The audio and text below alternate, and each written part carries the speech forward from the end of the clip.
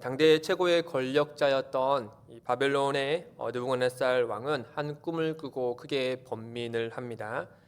왜냐하면 자신의 제국이 영원할지 몰랐기 때문에, 또 그것이 두려웠기 때문에 이렇게 번민을 했던 것이죠.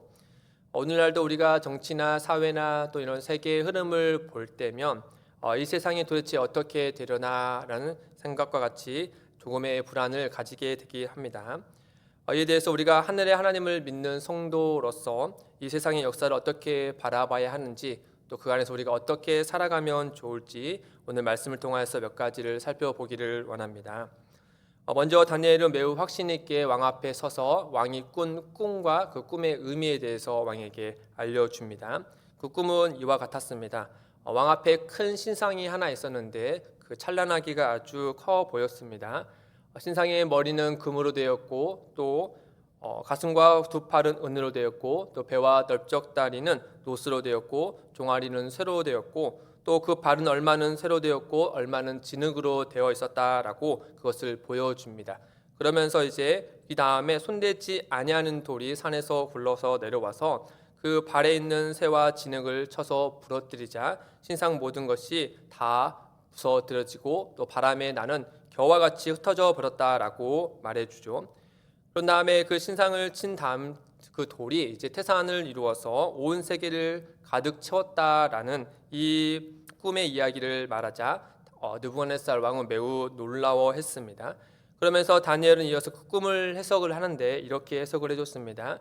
신상의 머리는 곧 금에 속한 부분은 현재 느부갓네살과 그의 나라이다라고 말해주고, 이후에 왕보다 못한 나라들이 차례로 세워질 것이다라고 말해줍니다. 그리고 가장 인상 깊었던 것은 바로 무엇이냐? 손대지 아니하는 돌이 나와서 그 신상을 부러뜨리고 큰 나라를 세운다라는 것이죠. 그 나라는 곧 하늘의 하나님께서 한 나라를 세우시고, 그리고 그 나라는 이전 것과 다르게 영원할 것이고 누구에게도 빼앗기지 않을 것이다 라는 것을 왕에게 다니엘은 하나님께서 주신 그 신상과 또 그 꿈과 그 꿈의 의미를 자상하게 그들에게 알려줍니다. 학자들은 신상에 나오는 이런 금, 그리고 은, 놋, 또 쇠와 진흙 이런 나라들을 차례로 역사적으로 봤을 때 바벨론 제국, 이 다음에 메데와 바사 제국, 그리고 헬라 제국, 그리고 이후에 헬라 제국이 분열되어져 큰 세력이 된 셀루쿠스 왕조, 또 그리고 로마 제국에 이르는 이런 역사와 흐름이 비슷하다라고 얘기해주고 있습니다. 기준을 바벨론 제국으로 했을 때와 또 이후에 손대지 아니하는 돌은 곧 이후에 오실 예수 그리스도께서 이루실 하나님 나라를 상징하기 때문에 그날을 기준으로 했을 때 이런 중동의 나라와 또 이 오늘의 신상의 이런 것들이 매칭하는 것이 조금은 상이하겠지만은 어쨌든 간에 오늘 이 말씀 가운데 더 중요한 것은 이런 예언의 말씀과 중동의 나라 이런 매칭하는 것보다 더 중요한 것은 하나님께서 이 말씀을 통하여서 우리에게 어떤 것을 주시고자 무엇을 말씀하시고자 하는 것을 아는 것이 더 중요할 것으로 보입니다. 이 점에 대해서 크게 세 가지를 한번 생각해 보도록 하겠습니다. 첫째는 바로 무엇이냐? 이 말씀을 통해서 우리가 알 수 있는 것은 하나님이 이 모든 세상의 제국의 흥망성쇠를 주관하고 계시다라는 것을 우리는 알게 됩니다. 하나님이 모든 세상의 제국의 이런 흥망성쇠를 주관하고 계시다라고 하는 것이죠. 바벨론 제국이 영원할 것 같아 보였지만 결국 그 이후에 메데와 바사 제국에 의해서 그 이름이 역사적으로 사라집니다. 또 메데 바사 제국도 마찬가지고, 또 그리스 헬라 제국도 마찬가지고, 로마 제국도 마찬가지죠. 결국 어느 한 나라가 세워지고 또 멸망하고 또 다른 나라가 세워지고 멸망하는 과정을 하나님은 느부갓네살에게 보여주고 있는 것이죠. 그러면서 그걸 통하여서 무엇을 말씀하시고 계시냐? 모든 과정을, 이렇게 나라가 세워지고 멸망하는 모든 과정을 누가 주관하고 계시는가 하는 점입니다. 그건 바로 하늘의 하나님께서 그 모든 것을 주관하고 계시다라는 것을 느부갓네살 왕에게 알려주고 있는 것이죠. 특히 이 점에서 우리가 한 가지 더 기억해야 될 것은 하나님께서 이 모든 것들을 다스리시고 또 능력을 베푸시는 것은 이스라엘이란 나라의 하나에 국한되어 있지 않다라고 하는 것입니다. 당시 고대 사가관으로는 한 나라의 신은 열방을 다스리기보다는 그 나라 그 지역에 한정되어 있었습니다. 그러나 다니엘의 하나님, 우리의 하나님은 모든 세상의 제국뿐 아니라, 그리고 한 나라뿐만 아니라 모든 세상뿐만 아니라 만유를 다스리고 계시다라는 사실을 알려주고 있는 것이죠. 시편 103편 19절에 이렇게 말씀합니다. 여호와께서 그의 보좌를 하늘에 세우시고 그의 왕권으로 만유를 다스리시도다. 성도 여러분, 하나님은 온 땅을 다스릴 뿐만 아니라 만유를 다스리시고 또 한 가지는 오늘 우리의 삶도 다스리고 계십니다. 우리의 인생을 그래프로 보면 올라갈 때가 있고 또 내려올 때가 있을 것입니다. 인생에 굴곡이 없는 사람은 아무도 없을 것입니다.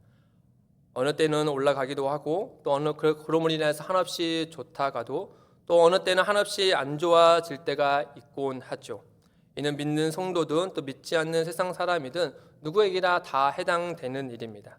그럼에도 불구하고 성도의 삶은 이 세상의 사람들과 다른 점이 있다며 바로 흥할 때도 하나님의 손에 붙들려 있다는 것이고 또 쇠할 때도 하나님의 손에 붙들려 있다라는 이 믿음을 가졌다라는 것입니다. 그 믿음이야말로 인생이 어려운 일이 막다들었더라 하더라도 거기서 좌절하고 절망하지 않게 해주죠.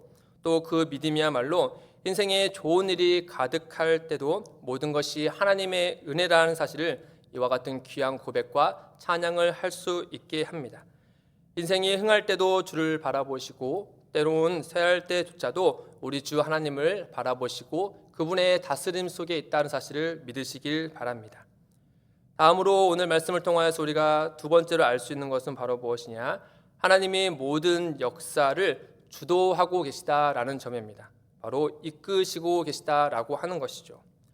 다니엘서 2장 44절 서두에 보시면 이 여러 왕들의 시대에 하늘의 하나님이 한 나라를 세우시리니, 하나님은 저 멀리서 이 세상을 지켜만 보고 계시는 분이 아니십니다.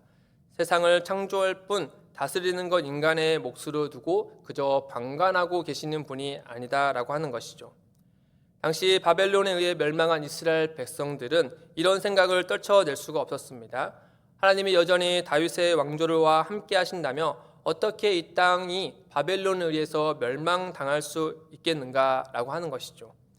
하나님은 우리를 떠나신 것이 아닌가, 더 이상 우리와 함께 하시고 우리의 일에 관여하지 않고 계시는 것은 아닌가라는 생각이 그들의 생각 가운데 있었다라고 하는 겁니다.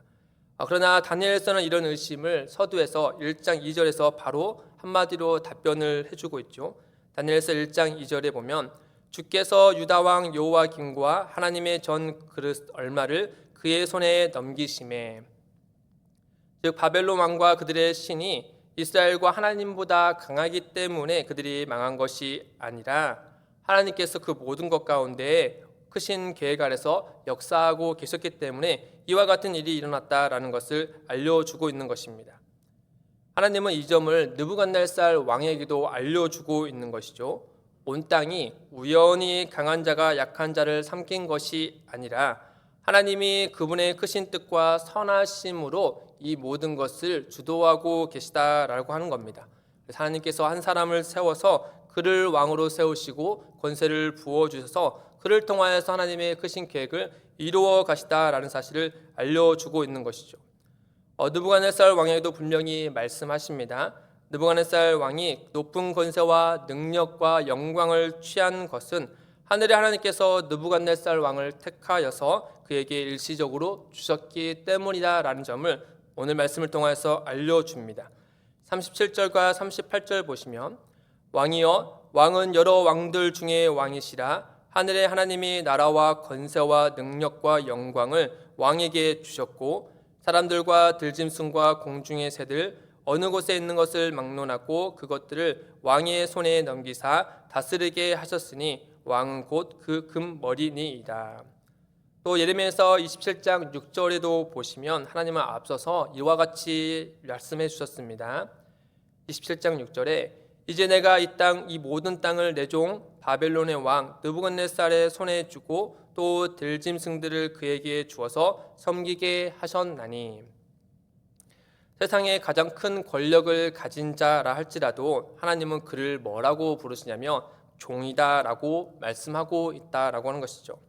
그러니 하나님으로부터 권세를 받은 종 느부갓네살은 주인이신 하나님의 말씀에 순종하여서 마치 예루살렘의 성전의 기물을 바벨론에 잠시 보관하도록 하신 것과 같이 그 또한 하나님의 백성들을 보호해야 될 책임이 그에게 있다라고 하는 겁니다.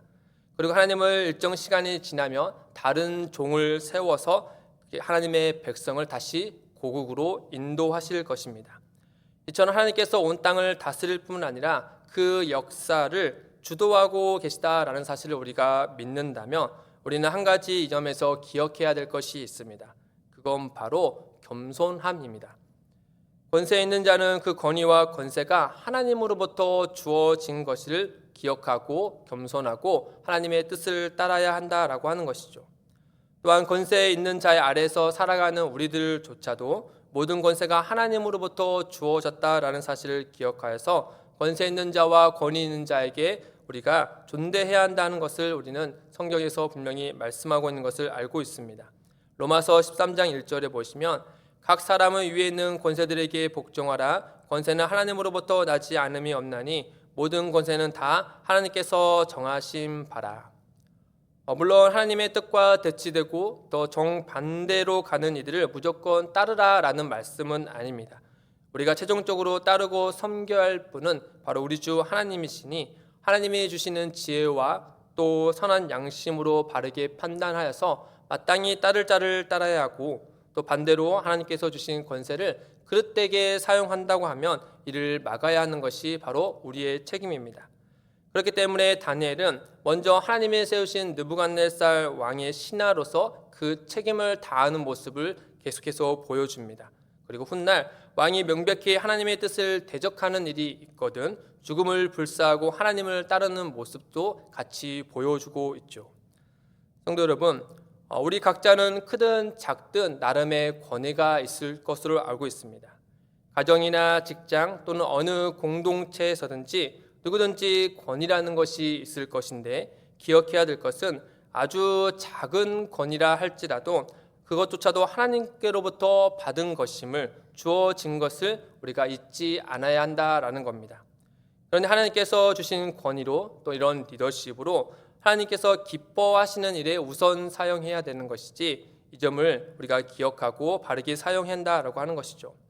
가장 높은 곳에 계신 하나님의 아들께서 가장 낮은 곳에 오셔서 우리를 섬기신 것을 우리가 기억하여서 하나님께서 우리에게 주신 그 권위는 나를 위하여서 누군가를 부리기 위함이 아니라 하나님의 뜻에 순종하여서 누군가를 섬기는 일에 사용해야 한다라고 하는 겁니다.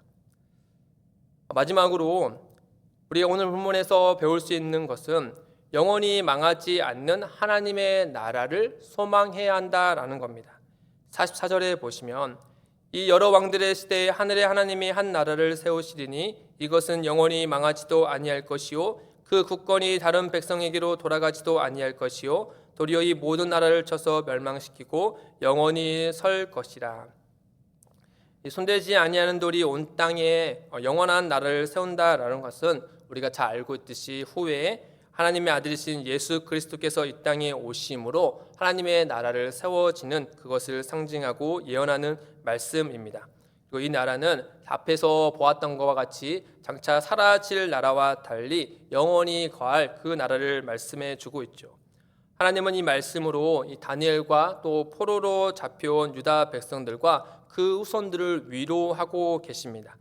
하나님은 유다 백성들을 버리신 것이 아니라 그들을 위하여서 영원한 하나님 나라를 세우실 놀라운 계획을 이루고 계시다는 것을 그들에게 알려주고 있다라고 하는 것이죠.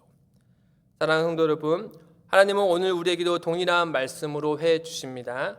눈에 보이는 것들을 또 지나가는 것들을 우리가 바라보면서 거기에 목놓아 살 것이 아니라 하나님께서 우리에게 주실 영원히 변치 아니할 하나님의 나라를 위하여서 살아가야 할 것을 우리에게 말씀하고 있다라는 것이죠. 요한일서 2장 17절 이렇게 말씀합니다. 이 세상도 그 정욕도 지나가되 오직 하나님의 뜻을 행하는 자는 영원히 거하느니라. 그렇기 때문에 우리는 하나님의 백성으로서 하나님의 말씀에 순종하여 그분의 뜻을 따라 살아가야 한다라고 하는 것이죠. 그렇게 살아가는 자들이야말로 무엇이냐?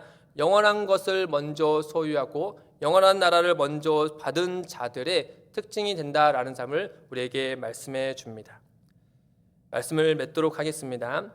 현재 우리는 어떤 시대를 살고 있는지 모릅니다. 그것은 오직 하나님만 아시는 것이겠죠.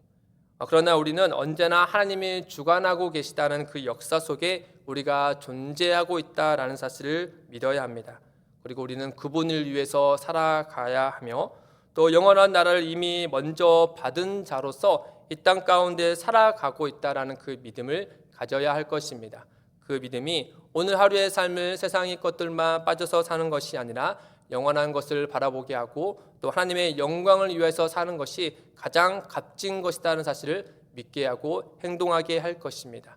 그와 같은 은혜가 오늘 하루의 삶 가운데 아름답게 이루어지기를 주님의 이름으로 소망합니다. 함께